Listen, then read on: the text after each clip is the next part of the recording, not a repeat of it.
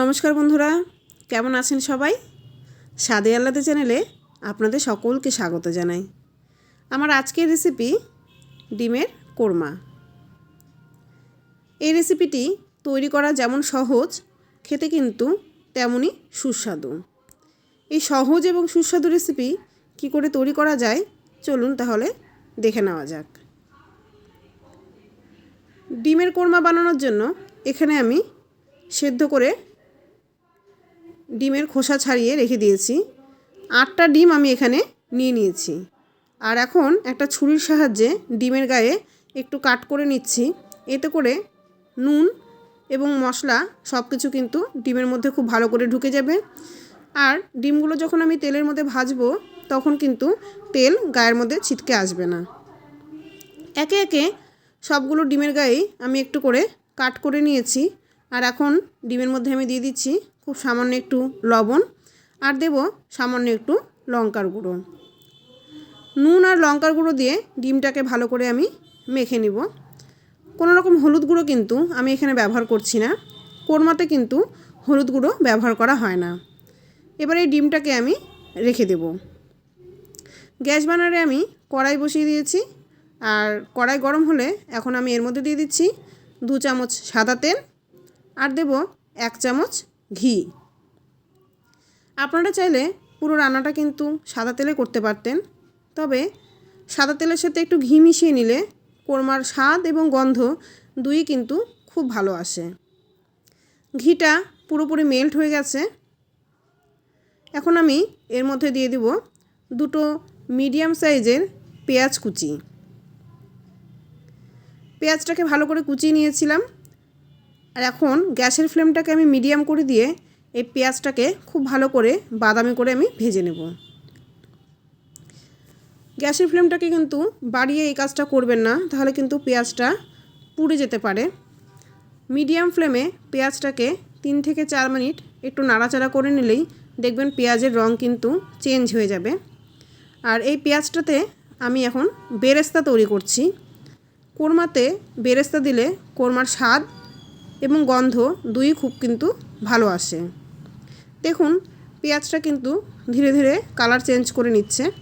এই পর্যায়ে গ্যাসের ফ্লেমটাকে আমি একদম লো করে দেব। আর এই পেঁয়াজগুলোকে একটা ছাকনা হাতার সাহায্যে তুলে নেব। আর এক্সট্রা যে তেলটা থাকবে পেঁয়াজের মধ্যে সেটাকে কিন্তু ভালো করে চিপে চিপে বের করে দেব। এক্সট্রা তেলটা যদি আমরা ভালো মতন বের করে নিই তাহলে এই বেরেস্তাটা কিন্তু অনেক বেশি কুরকুরে হবে। এবার আমি পেঁয়াজটাকে রেখে দিচ্ছি। পেঁয়াজ ভাজা তুলে নেওয়ার পর কড়াইতে যে তেল রয়েছে তাতে আমি এখন দিয়ে দিচ্ছি ডিমগুলো। ডিমটাকে আমি খুব অল্প করে ভেজে নেব। ডিমটা দেখুন একটু একটু করে কালার চেঞ্জ হচ্ছে। এই পর্যায়ে আমি ডিমটাকে তুলে রেখে দেব। আপনারা কিন্তু সেদ্ধ ডিম দিয়েও কোরমা করতে পারতেন। ডিমগুলো সব তুলে নিয়েছি। এখন বাকি যে তেল রয়েছে তাতেই কিন্তু আমার রান্নাটা কমপ্লিট হয়ে যাবে। ফোড়নে দিলাম 2টো তেজপাতা, 3টে এলাচ আর দিলাম 2টো দারচিনি। এলাচটাকে আমি একটু ফাটিয়ে নিয়ে এর মধ্যে দিয়েছি। এখন 2টো মিডিয়াম সাইজের পেঁয়াজ আমি খুব ভালো করে বেটে রেখেছিলাম, সেই পেঁয়াজ বাটাটা এই তেলের মধ্যে দিয়ে মিনিট 2 সময় নিয়ে ভালো করে এটা ভেজে নেব। পেঁয়াজটা যখন ভাজা হয়ে যাবে তখন এর মধ্যে আমি দিচ্ছি রসুন আর আদার বাটা। 10-12 কোয়া রসুন আর 1 ইঞ্চির মতন আদা আমি ভালো করে বেটে রেখেছিলাম, সেই পেস্টটা এর মধ্যে দিয়ে দিলাম। দিয়ে দিচ্ছি স্বাদ মতন লবণ, পরিমাণ মতন দেব লঙ্কা গুঁড়ো, 1/2 চামচ দেব আমি ধনে গুঁড়ো আর 1/2 চামচ দেব আমি গরম মশলার গুঁড়ো। সব কিছুকে খুব ভালো করে এবার আমি মিশিয়ে নিব। হলুদ কিন্তু আপনারা ব্যবহার করবেন না। কোরমাটা কিন্তু একটু হোয়াইটিশ টাইপের কালার হয়, তাই এখানে হলুদ কিন্তু ব্যবহার করবেন না। 10-12টা কাজু আমি গরম জলের মধ্যে মিনিট 10 ভিজিয়ে রেখেছিলাম, সেটা শিলনোড়াতে খুব মিহি করে আমি বেটে নিয়েছি। সেই পেস্টটা আমি এর মধ্যে দিয়ে দিলাম। আর কাজু বাটা দেওয়ার পরে কিন্তু ক্রমাগত নেড়ে যাবেন। দেখুন মশলা থেকে তেল ছাড়তে শুরু করেছে।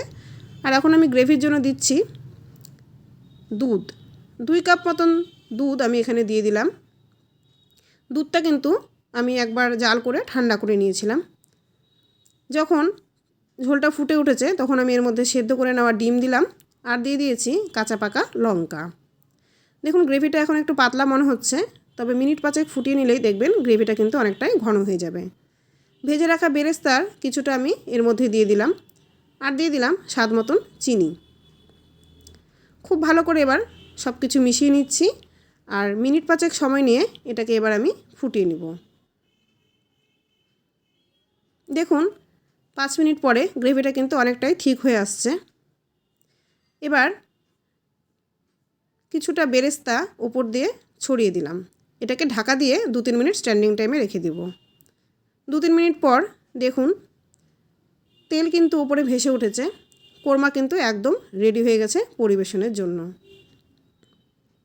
রুটি, পরোটা, নান, ফ্রায়েড রাইস, পোলাও সব কিছুর সাথেই কিন্তু এই রেসিপিটি খুবই ভালো লাগবে।